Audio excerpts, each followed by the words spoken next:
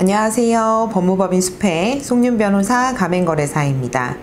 이번 편에서는 더푸샵의 허위 과장 정보 제공 행위에 대해 공정거래위원회로부터 위법하다라는 처분을 받은 사안을 소개해 드리려고 합니다.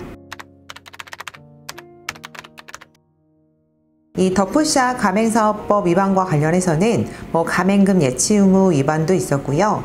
56명의 가맹점 사업자들에게 정보공개서 제공일로부터 14일이 지나지 않았음에도 불구하고 가맹계약을 체결하거나 가맹금을 지급받은 위법행위가 인정이 됐고요.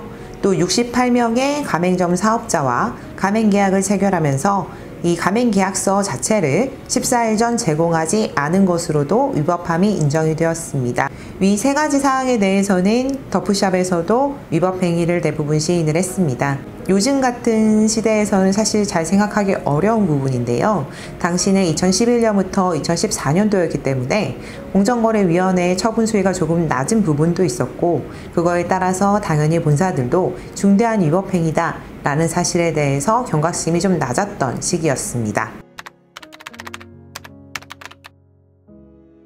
문제는 이 허위 과장 정보 제공인지 여부인데요. 더푸샵은 가계약서 등 관련 자료에 다음과 같이 평균 예상 매출에 대해서 4,410만 원을 산정해서 제공을 했습니다. 당시 제공했던 산출 근거 자료들을 보면 1일 평균 매출 이렇게 쓰면서 평균 7명의 관리사, 고객은 7명, 그래서 49명. 하루에 이 49명의 고객으로부터 한 3만 원 정도의 단가가 되기 때문에 147만 원을 벌 수가 있다.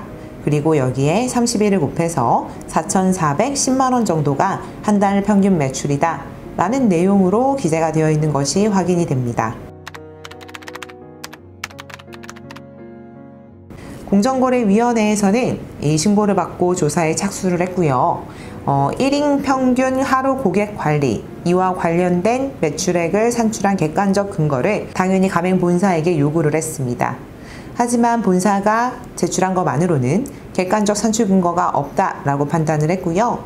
가맹 계약서의 매장 오픈 시 본사가 공급하는 관리사의 기준이 4명으로 이제 기재가 되어 있었는데 임의로 7명으로 설정한 것도 지적이 됐습니다. 게다가 본사가 제출한 2011년, 2012년 가맹점 및 매장 규모별 월 평균 매출액을 분석을 했을 때 해당 금액과 실제 매출은 큰 차이가 있었습니다. 지금 표에서 보시는 것처럼 이 신고인 김땡땡의 월 평균 매출액은 1200 정도밖에 되시지가 않았고요. 40평형의 가맹점 월 평균 매출액은 한 2900 정도, 전체 가맹점 월 평균 매출액은 한 3000 정도가 됐습니다. 근데 이 김땡땡 씨가 제공받았던 아까 그 표에는 4,410만 원으로 기재가 되어 있었죠.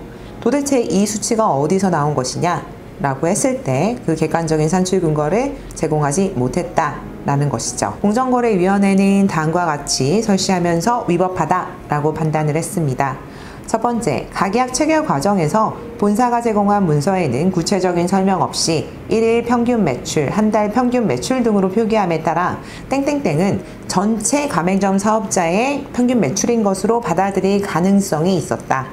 두 번째, 가사 일정 조건을 가정해서 작성된 이 정보라 하더라도 예상 매출을 산출하는 요소인 이 평균 관리사라든가 관리사별 평균 고객 수라든가 고객당 이 평균 지출액 등에 대해서 본사가 제대로 파악하고 있지 못했다. 그리고 세 번째, 상권에 따라 유동적임에도 구체적 근거 없이 이를 부풀려 산정을 했다. 네 번째, 가사 조건에 따른 매출의 변동 가능성에 대해서 가맹 희망자에게 알렸다고 하더라도 가맹계약 체결 당일에야 정보공개서를 제공했던 점, 실제 해당 정보공개서에 기재된 매출 관련 정보가 부정확하다라는 점 등에 비추어 봤을 때 단순히 조건에 따라서 이 매출이 변동될 수 있다라는 점을 명시했다 하더라도 허위 과장된 정보가 아니라고 할 수 없다라고 판단을 했습니다.